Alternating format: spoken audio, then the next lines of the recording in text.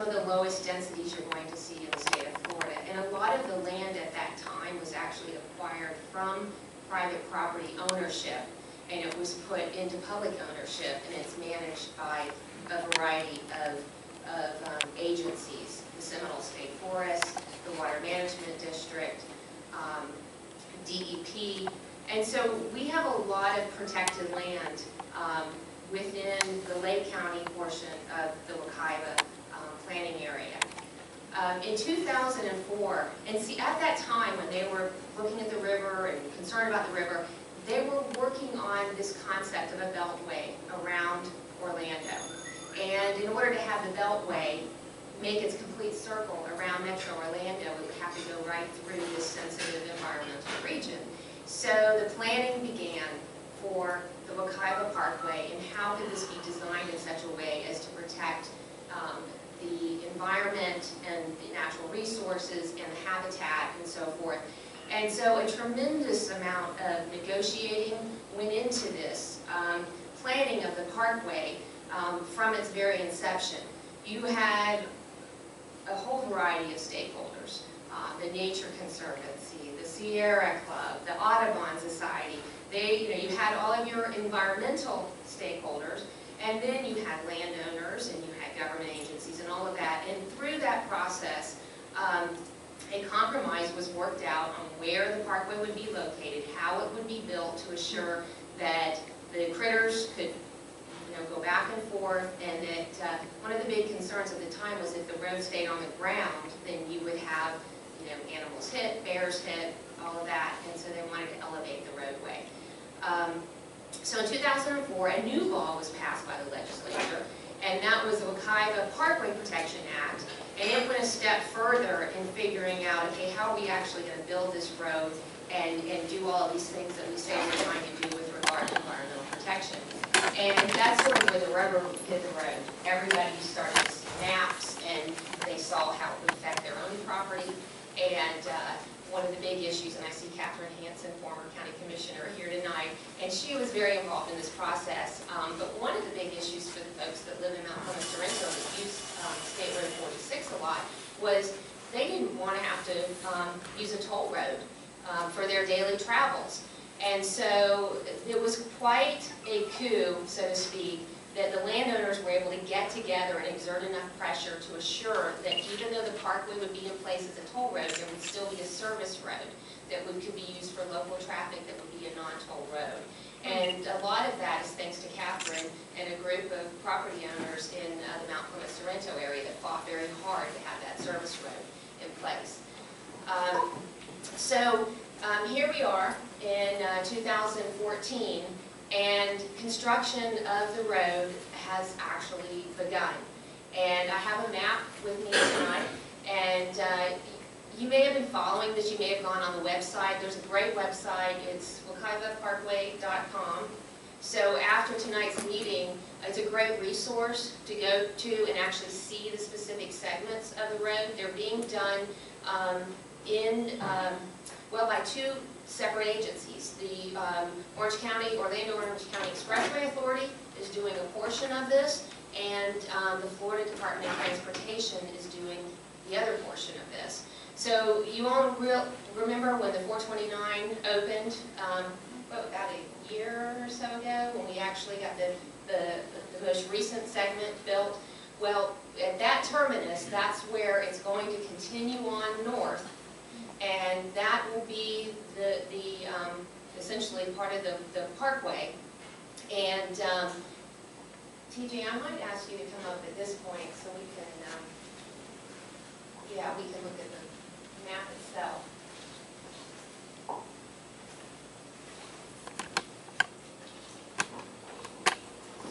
right, can everybody see this? Maybe if we just pull it up. Okay, so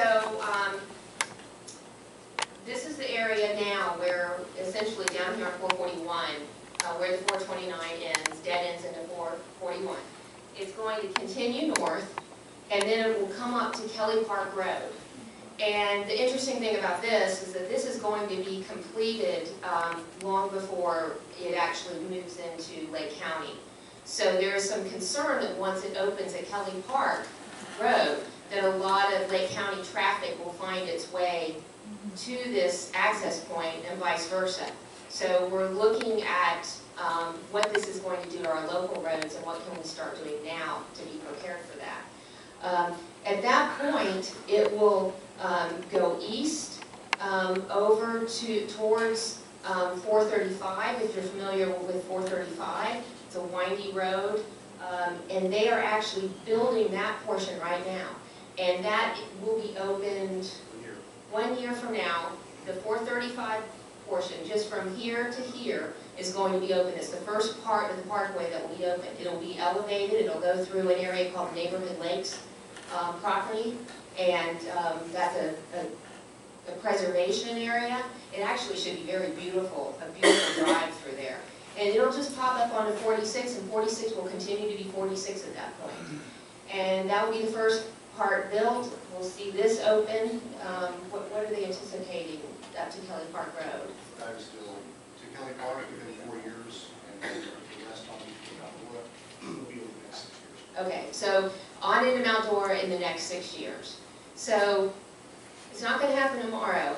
However, I think we're going to start feeling the impacts pretty soon. In fact, we're starting to see some activity over in this area on 46. There's a large portion of property, it's about 800 acres, that Mount Dora has designated for years and years as a, quote, employment center.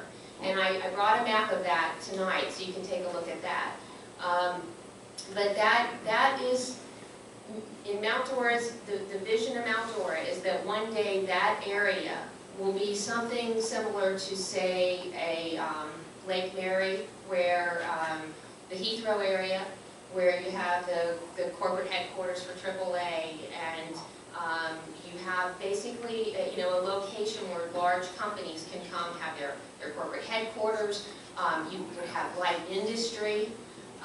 They have been working on a study, a market analysis to determine what would be the best uses, the most likely uses, and they are going to be sort of marketing that area for that purpose, and they have developed a master plan. But what's happening is that property owners that have land there, and some of them, there are homes right there in that area, so they will have the opportunity to stay in their homes, but what will be happening around them will be very different than how it has historically been. There will be probably a lot of opportunities for folks to sell their homes to developers that would want to buy several up and package and plan and try to develop in that area. But so we're seeing that interest happen now. There has been some, I'm trying to think of the terminology, where somebody comes in and they buy several parcels and they put them together. Well, there's that, you can call it speculation, but they're actually trying to piece together aggregating parcels, yes. So that section's on the north side of 46, is that right? That will be on the north and south of 46, about half of it. So picture where Round Lake Road is currently. Right there, that intersection. Right, and I have a map that goes into a lot of detail, so you can see whether you're actually in that area or not. Mount Dora is planning in such a way that there will be nice buffers between the different land uses, so that you're not going to have, when we say industrial, we're talking about industrial that's inside of facilities, not smokestacks and that type of thing. But yeah, these maps would be very helpful if you live right in that area to see how that affects you.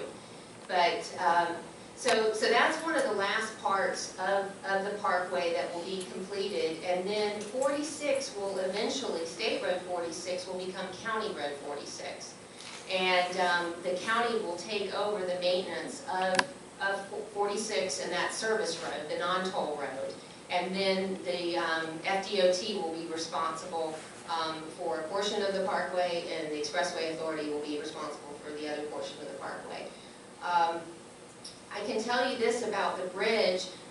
If you're interested, I went to a presentation the other day on the bridge. The bridge is going to be phenomenal. I can't believe I'm that excited about a bridge, but when I saw what went into this process, because I've gone out on the river, I've kayaked on the river, I don't know how many of you have done that before, but it's just gorgeous. It's just such a jewel, the Wekiva River. And to see the thought that went into planning this bridge, they brought in experts that have planned bridges all over the United States in national parks. And so they show, what they do is they take the setting of the park and they try to blend the bridge into that setting. So if it's a place that is, say, in Arizona, and you see, you know, lots of orangey red rocks and so forth, they dye the concrete of the bridge so that it just blends in. And so they're doing the same thing here, where they're going to take like the brown and green tones, and the bridge will span the entire river so that there will not be any pilings down in the river like there are now. And it'll actually be 3 separate segments. You'll have your east, your west, and then you'll have your service road. And then on the service road there will be a trail connecting Lake County's trail system. That's, you know, it's a fledgling trail system, but the idea is that we will have a trail that will go all the way into Mount Dora, so you can hike, walk, bike, and then you can go across the river and then get into the Seminole trail system. And the same thing with the Orange County trail system. It's down in this area. And so the Lake County will be working on a trail here and have a trailhead so that you can then get on the Orange County trail system. So all of that is ancillary to the road itself, but it is something I think that enhances the quality of life for residents in East Lake County. I think that it helps our property values. I think that it helps us maintain, we use the term quality of life a lot these days, but I think truly that type of a trail system will attract the type of development that will be high quality development. We're going to get development. There's just no way around it. But we, at least I want, and I think that most people in this room would feel this way, we want to see high quality development. We want development that enhances our area and is not a drain on our public facilities and public safety and so forth. But to give you some, TJ, is your arm getting tired? That's good. But to give you some assurance that with that development, we're not going to see just wide open, willy-nilly growth. The land uses that were put in place back in 1988 that then were refined in 2004, and then Lake County adopted land development regulations on top of that. You have very low density even in the Mount Plymouth-Sorrento area. 2 units to 1 acre, that type of density. 50% open space requirements. In Mount Dora, there are developments that are already on the books, and you can go to City Hall and you can see what's already on Mount Dora's land use map. And I think that that's pretty much the extent of it in Mount Dora. I mean, they have things that are on the books that haven't been developed, but there's not a whole lot of other areas where you would see residential development. This is the land use map, and it gives you an idea of how green this area is and how low the density is. This is 46 coming across here, and this is the Mount Plymouth-Sorrento area, and this yellow is 2 units to 1 acre, and then there's a small area that they call Main Street that's along 46, and that actually can go as high as 5 units to the acre, but it's a very small area and it's designated for mixed uses, so you would probably see a combination of housing along with retail uses. I was really concerned about the aesthetics of the area as it develops, and so I was able to get the Board of County Commissioners to adopt design standards so that we put some minimum standards in place so that when there is commercial development in that area, that it has to follow standards very similar to what the city of Mount Dora does. So if you notice in Mount Dora that there's just a little bit extra to the design standards in a place like Mount Dora, where they've got requirements for the roofing and the they don't allow you to have big long blank walls. You've got to dress it up with some windows or faux windows, or you notice in Mount Dora they have like the bell towers. Lowe's has like a clock tower on it.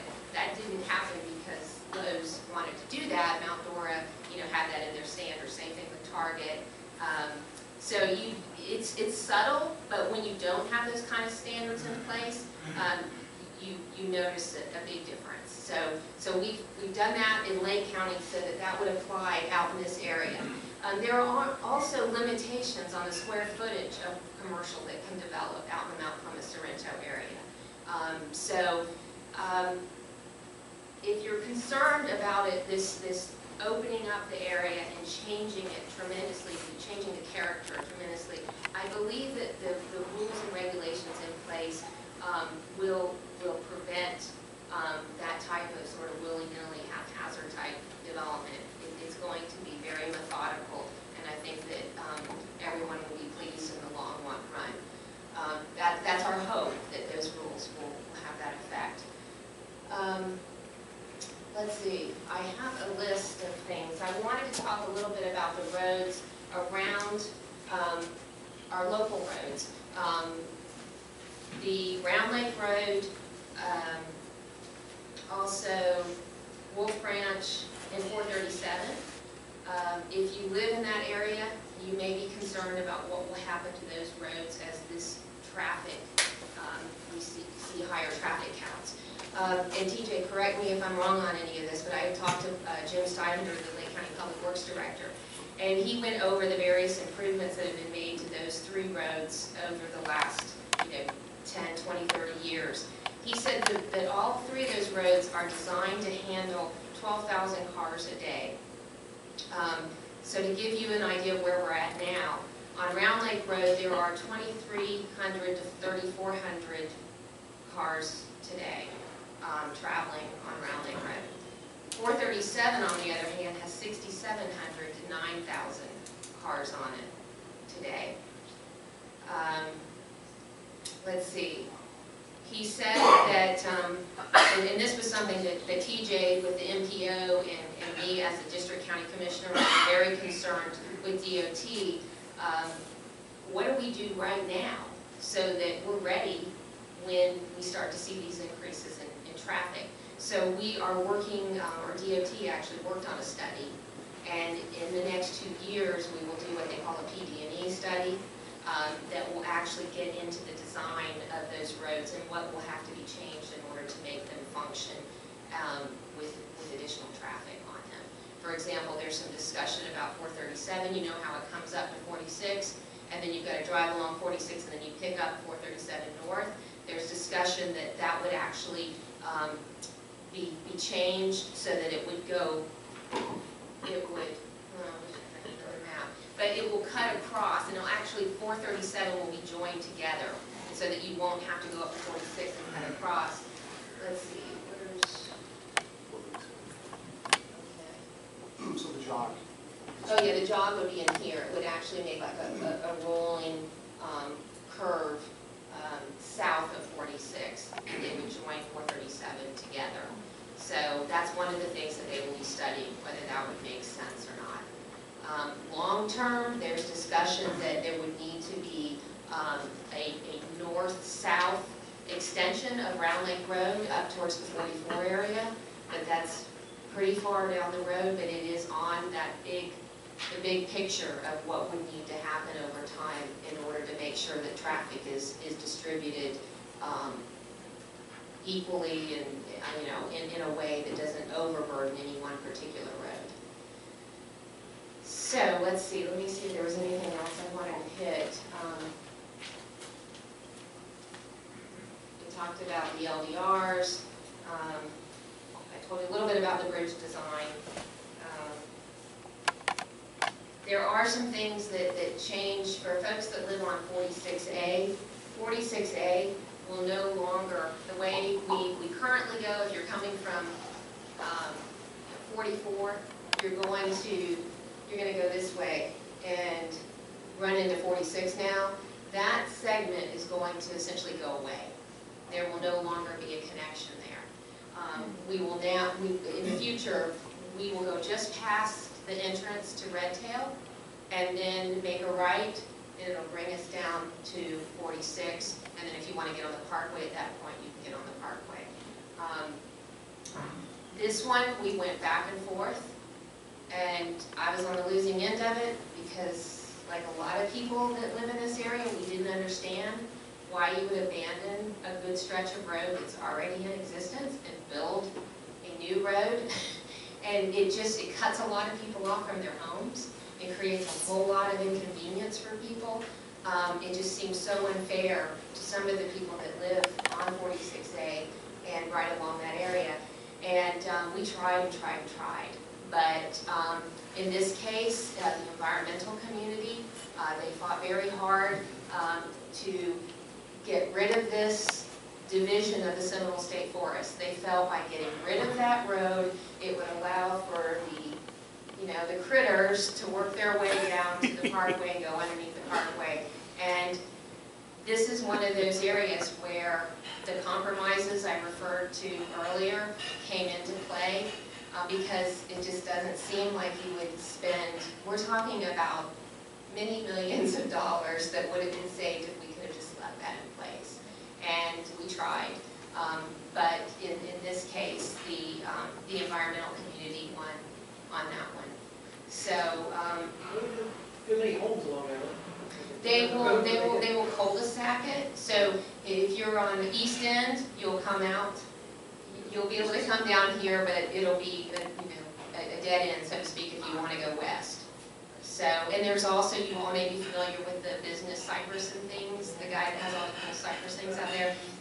Unfortunately, he's totally cut off from the Parkway.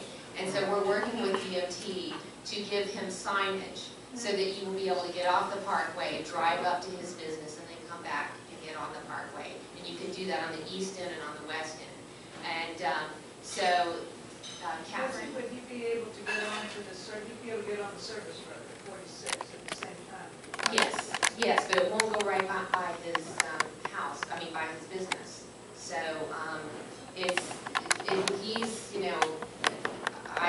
unfortunately, this is one of those cases where eminent domain and takings law and all of that, it doesn't give him any type of protection because he will have access. He just won't have the type of access that he has today. So, but DOT so far seems to be cooperative as far as giving him some signage, so that should help him some. So we all have to remember. In fact, I'm going to try to find a location on 46 in Mount Plymouth where maybe he can have a retail outlet, so that he would actually have a place. And if people were really interested and wanted to see the rest of the stuff, then they could make the drive over to his business. But that's probably the business that is hurt the most in Lake County. Yes, sir. Emergency vehicles that use that road now, they got to go all the way around to get to 46A to those 4 or 5 houses that are on 46A where they're going to put the cul-de-sac. Right. Is there any plans for any kind of emergency help for those people that the emergency use can go through rather than have to go all the way around? Well, that's probably been one of the best arguments in favor of these folks keeping the road the way it is. TJ, you may have been privy to some of these discussions, but I think they feel that that they will be able to accommodate emergency vehicles. It probably won't be as good as it is now for them, but it will, definitely will put them at a disadvantage in that way. Okay. So, questions?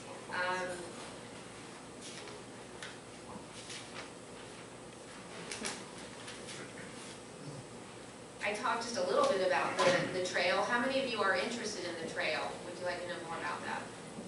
Okay, the concept of the trail is the city of Mount Dora has been working with Lake County to try to acquire the old railroad bed that is, yes, TJ is pointing to it. All in red, our trail is in red. Okay, so this is the trail in red, the potential, the future trail. and it would leave downtown, they'd have a trail head downtown, and then it would go across it'd be right over here, yeah. That's your Main Street. And then you would go across the highway on the old bridge that you see, the railroad crossing, and that would become a trail crossing. And then it would just follow the railroad bed until we get up to Mount Clemens Sorrento. And then somewhere in here it has to cross the street, right, and go to the south side?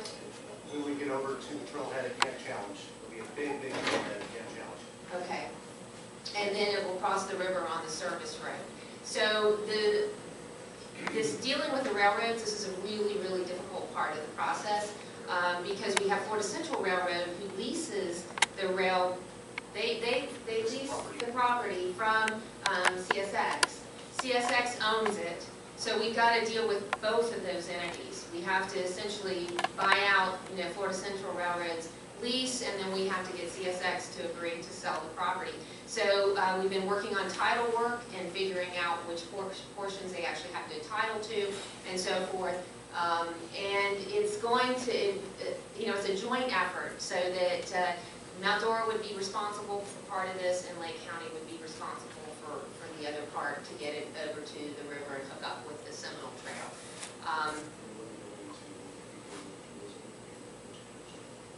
I'm going to let you talk about that. He's a trail expert. There's a lot of movement in the state of Florida to try to close some of the gaps. We have an incredible trail system across the state of Florida, and it's bringing a lot of people to Florida to visit. They come here to ride the trails on their bicycles, and or just to hike the trails and so forth. And there's a trail that runs from, you can take it from here. I'll keep it brief. The way this is played out is DOT and the governor's office has said, it does make sense. It's one of the worst state in the nation for people getting killed walking and biking. It does make sense to have a coast-to-coast trail where you don't have to mix with traffic. So this coast-to-coast trail, 75% of it already has been built, and it connects from Titusville to St. Petersburg. So this is not a small project. All of that's already been built except for 25%, and this year we found out that DOT is committed to 10% of it more, so we're going to be up to 85% here in the next couple of years. Why this is important to Lake County? Because we talk a lot about, what's the new tagline? I love our new tagline. Oh, real Florida, real close. Real Florida, real close. So doing a trail that's part of a coast-to-coast concept, well, that does make sense for Lake County because we are a perfect county for ecotourism. So the idea is if we can get the spur, because where the coast-to-coast trail extends would be that portion from Seminole down to the West Orange Trail. Get the spur planned along the railroad bed in Mount Dora.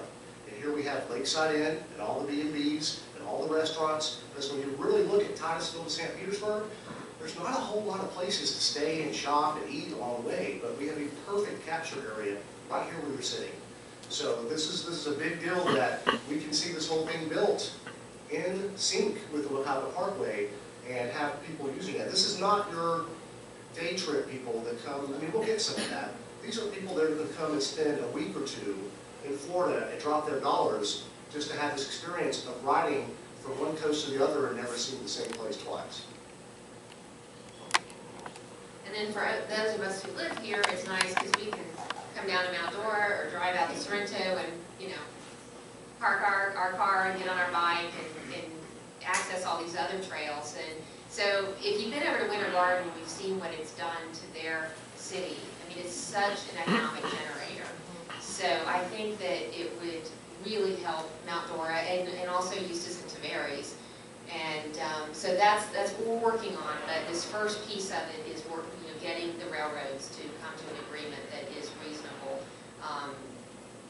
They're not going to be using it. We know there won't be a train in that area, but they're the owners of it, so we've got to work with them. And thus far, they've been pretty reasonable. Yeah. For a railroad, it'd be awesome. Okay. Talk a little bit about how the service road 46 and the full road are going to be side by side? Are they, they will be one elevated, one remains where it is? All of it's elevated. All of it will be elevated. That was another great compromise because the folks that wanted the service road and the non-toll road, this upset the environmentalists because it would defeat the whole purpose of having the parkway elevated. So Ultimately, they reached an agreement that the service road itself would have to be elevated. So we will have an elevated service road for local traffic. Now, you would think, well, who's going to use the toll then?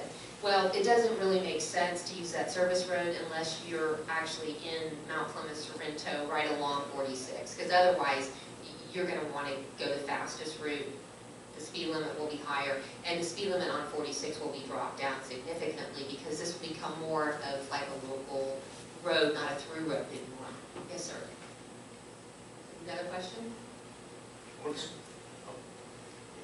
want to point out something. For those of you that travel through Mount Clemens, Sorrento, through the middle, once this beltway is built and the connections are made, 75% of the traffic you see on 46 today goes away. It will use the beltway. So all of the traffic on what becomes County Road 46 will actually be local traffic and not regional pass-through traffic like we're experiencing now. And I talked a little bit about the one business that we hurt by the Parkway, but you can imagine the folks that have businesses on State Road 46 right now, Mount Clemens, Sorrento, are concerned about what will that do to their community. We have set up a CRA, which is the Community Redevelopment Area, and so we've got a group of local business owners and property owners, residents in the Mount Clemens, Sorrento area, and they're actually working on kind of a redevelopment plan that the intention is to create kind of their own little downtown district and to do things that will promote local businesses, and they will look at ultimately kind of making 46 look more like a local street, like a main street, not like a through road. And you might see sidewalks and some things like that happen over time in that area to help their business community. Question back here. It was mentioned that the 429 would go up to Kelly Park, and then the rest of it would be built later on. How are they going to get to Kelly Park, down Round Lake Road? That's the problem. That's what we think is going to happen. I live on Round Lake Road, and I know there are more than 3,000 cars a day on that road. You're probably right. And you know how these things go. They're cyclical too. Different times of the year, you see more traffic than other times. But that's our big concern from a Lake County standpoint. Whenever we go to these meetings and they talk about opening up this access point at Kelly Park, initially they said, we're not opening that up until the whole thing's done. And we were like, oh, okay, that makes sense. Now they're going to open it up as soon as it's finished.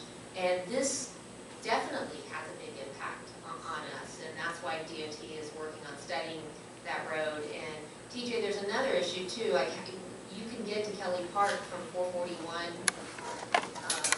See, Kelly Park interchange is planned for right here. So this is Kelly Park Road right here. And Round Lake Road is, give me for a second, Round Lake Road is right here. So there's about a 3 to 4 year period where the Expressway Authority, not DOT, but the Orlando Orange County Expressway Authority, if they get this open, then you're going to see some traffic deviating. But after 3 to 4 years, everything's built, and then all the traffic patterns adjust. So we're optimistic that 437 and Round Lake Road, although there will be some shifts, they won't be overburdened. But we're even more concerned about Lake County 435. Because anybody that's ever driven 435, that road is obviously not a candidate for widening. It's not their plan, and so we're really watching and working with DOT to deal with the fact that when you make this connection through the Neighborhood Lakes property, do we really, really want to attract a pocket traffic up into Mount Plymouth and over to this new interchange, or is there a better solution? And we're in dialogue right now with DOT about how maybe we could keep a ramp connection at least towards Sanford, possibly. This is still early in the negotiations, but we're seeing long-term that, without question, 435, 437, Round Lake Road, obviously are going to have some impact to them. And there's also, I don't want to frighten you, but there's a DRI that's approved for Kelly Park. And it's, I would imagine that those parcels are being acquired and put together, and development plans are being put in place for a large regional type development there, maybe a mall. There could be, local college expansion there, all kinds of things. So, how far to the east is the interchange going to be on Kelly Park? You come down Round Lake, It is you're going to go to the east of about Kelly Park. It's 1/4 mile west of 437 on Kelly Park Road. interchange to be built. Over in Sorrento. It's going to be south of Sorrento, right here. And so there's about, I don't remember this from memory, but about 2 million square feet of retail, office, all that kind of stuff. And Mount Dora was kind of, over the last couple of years, they were concerned about that because, you know, here they were trying to work on their own, what we call employment center or commerce park. And Orange County was getting this thing in place before we could get ours in place. But that's just, you know, the nature of how these things happen. And I think that, you know, the Mount Dora Commerce Park employment area, the idea there, like I said earlier, is for this to be a really high quality, a draw for new companies that they want to be in Metro Orlando, but they want to be in a place that has its own character and close to the road transportation network. There's a lot of hope that at build out, you can see as many as 10,000 jobs in this Mount Dora Commerce Park area, based on the square footage and the types of uses that they believe will want to locate there. So this could be a really, really great thing for Northeast Lake County from the standpoint of job creation, high wage job creation, like we've never seen before in Lake County. Yes, two questions. First, I don't know what a DRI is, if you could explain that. And second, Mr. Fish mentioned some of the dialogue that was going on. Are those meetings and where public input is allowed or public can just attend, are those meetings listed on wekivaparkway.com? Are they? Yeah. Yeah, this particular action just occurred last week by the board I work for, which includes all the county commissioners from Lake and representatives from Sumter and the cities of both counties. And my board passed a resolution that said we are concerned enough to where we're going to ask you to officially study the long-term impacts of this Wekiva Parkway project, specifically on 435. That's the one that's the red flag. 437 and Round Lake, we feel like we've got a reasonable plan for it. But what's frustrating is when I go talk to Orange County, I asked a real simple question that probably would make sense to all of you. And it was, all right, Kelly Park Road, you're going to have a major interchange of 429 and Kelly Park Road. So what's your plan for Kelly Park Road? Will you ever connect it on over to 441? They didn't have an answer. So that's what we're concerned about is $1.4 billion is being spent on this parkway. So what's the local impacts? And so we feel like we've got our game plan pretty well over in Lake County, but I'm not so sure about Orange County. Well, the 435 resolution, that was passed by the MPO, that TJ is the director of, and then that's going to come in front of our board. I put it on, I believe it's the next agenda to ask our board to support that. But the DRI, that's a development of regional impact. It's terminology that comes out of state statutes. And when you have a development that's so large that its impacts extend outside of its immediate area and into the entire region, you have to go through this development of regional impact process. And so that's what it is. It's that large of a development that they had to go through that staged planning process. Again, we're not quite sure how you can have the DRI like that in that location and not accommodate a road out to 441 from Kelly Park Road. It just doesn't make any sense. But So I got here late, so I lived in Summerbrook, I just built a house out there, and that's right at 46 and 441. I didn't see what the plan was there. However, I was wondering, is there going to be any impact there for that neighborhood, especially going south on 441? And we literally have to go, if we're going south on 441, to go into the neighborhood, instead of a turn lane there, we have to go down to 46, go underneath the overpass and come back up. Now, I'm a cop for the city, so I can turn my lights on if I have an emergency going to the neighborhood to go across the median there. But I mean, that makes no sense. You know, my whole neighborhood complains about that simply because it's another mile or so that you have to go down the road to come back across. Well, are they going to be expanding 441 and 46 at that time frame, or in that area, and also on 46? What's the stipulation going that back east that way? TJ, you know. The gentleman earlier had asked me about Summerbrook as well, and tonight, quite candidly, I realized that I need to know, now that the engineers are designing that roadway, 46 is being expanded to the north, so it definitely will have an impact. I just cannot tonight say specifically what that impact is, because I don't know, relative to the houses, to the entrance and all that. I'm going to go ahead and contact the project manager that's working for DOT.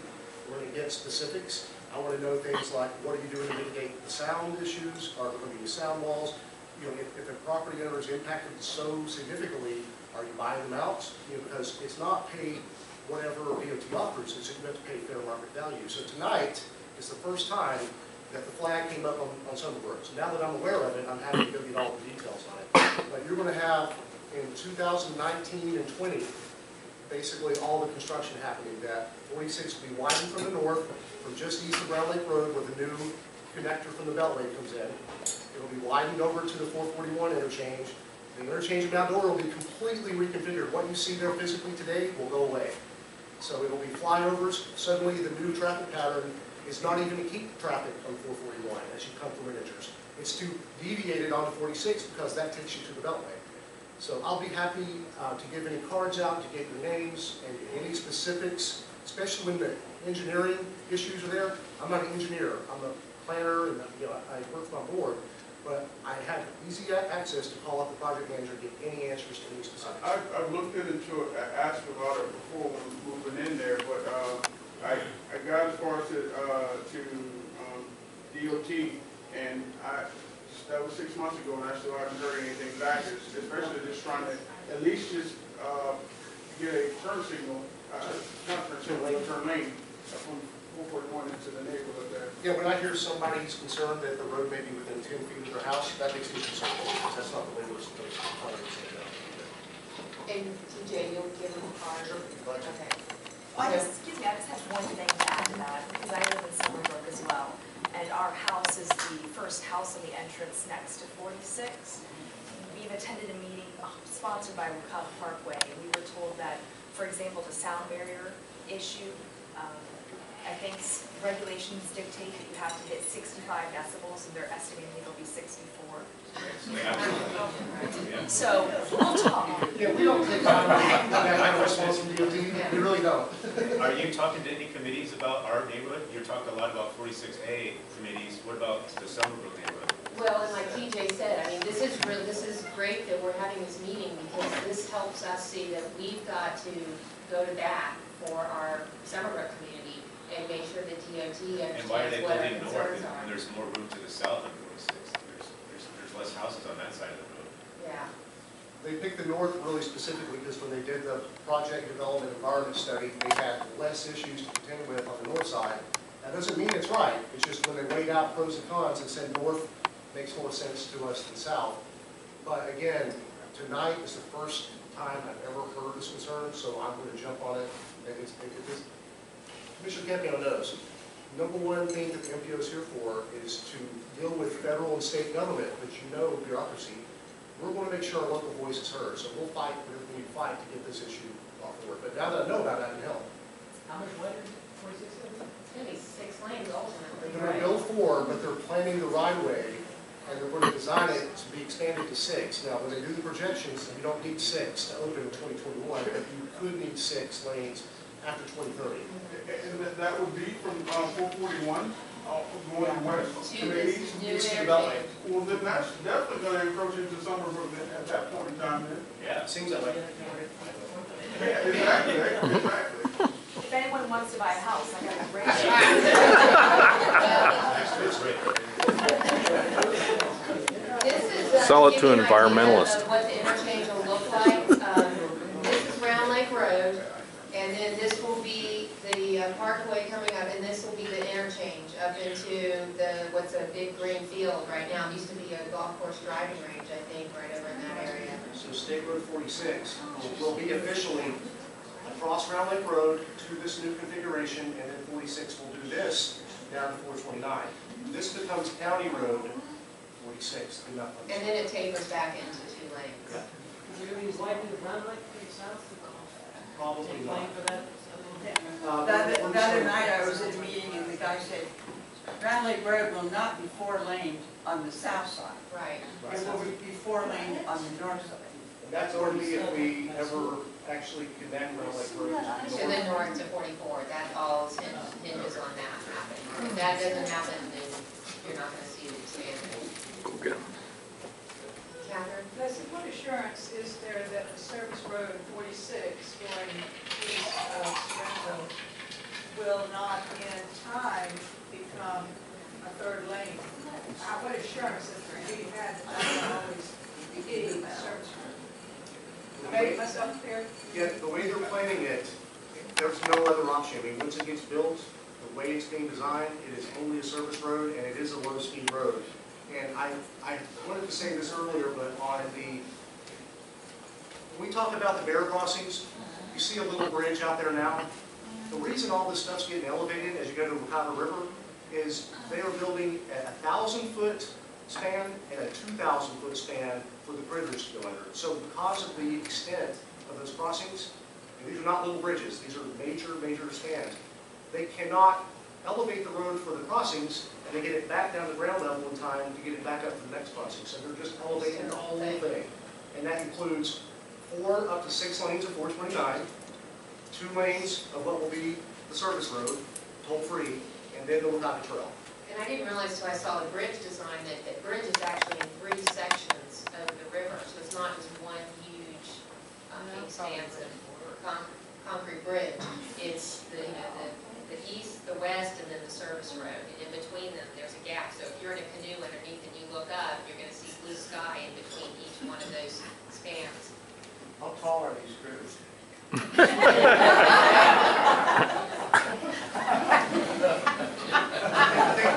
think it's a 24-foot clearance.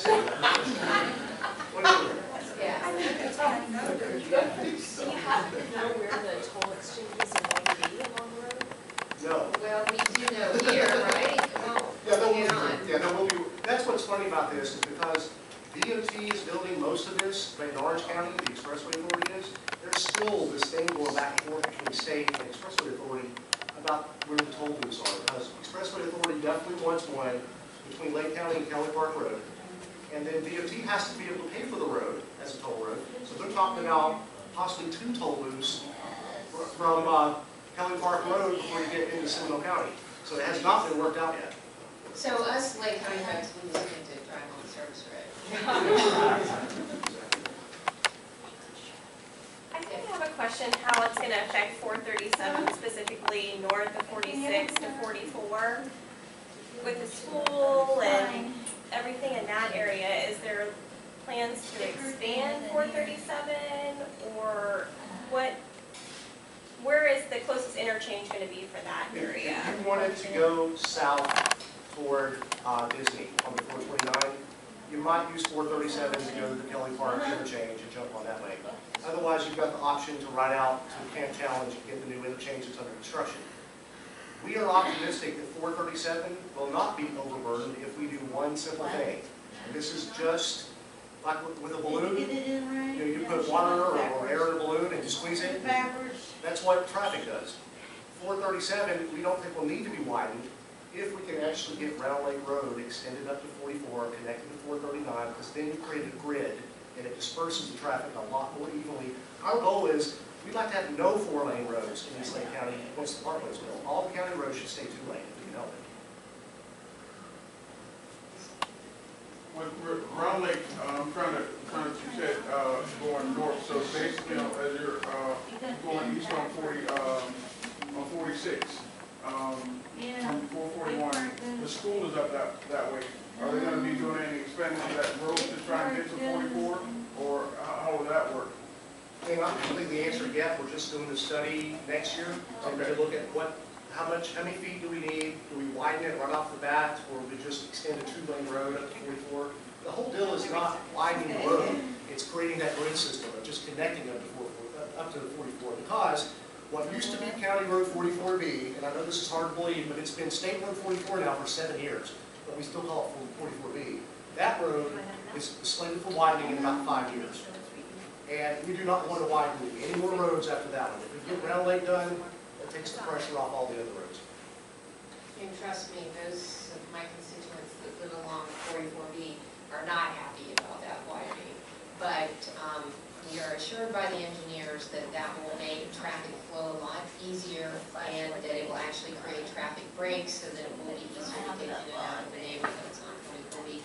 And there will be a sidewalk bike trail. So I personally like the trails because I think they're safer for everybody, the driver and the person on a bicycle.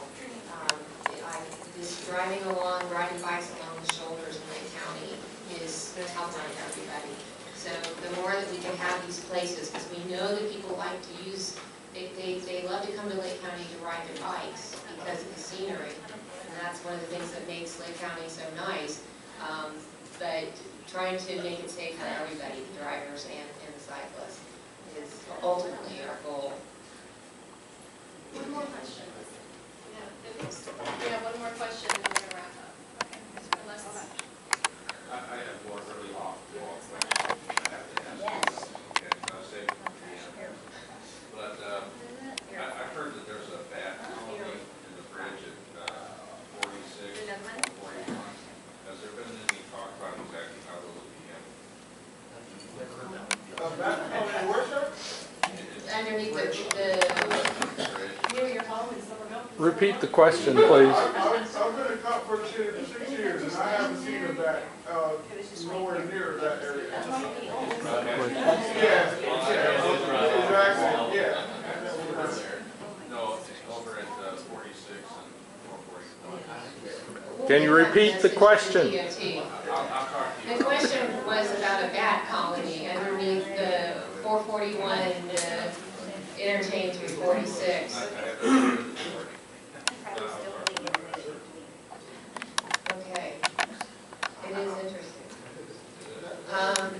Anything else? One more. Construction going to be on 441 when they're doing 46, coming up to 46. That's one of the last things, right, TJ? When they start working on 441.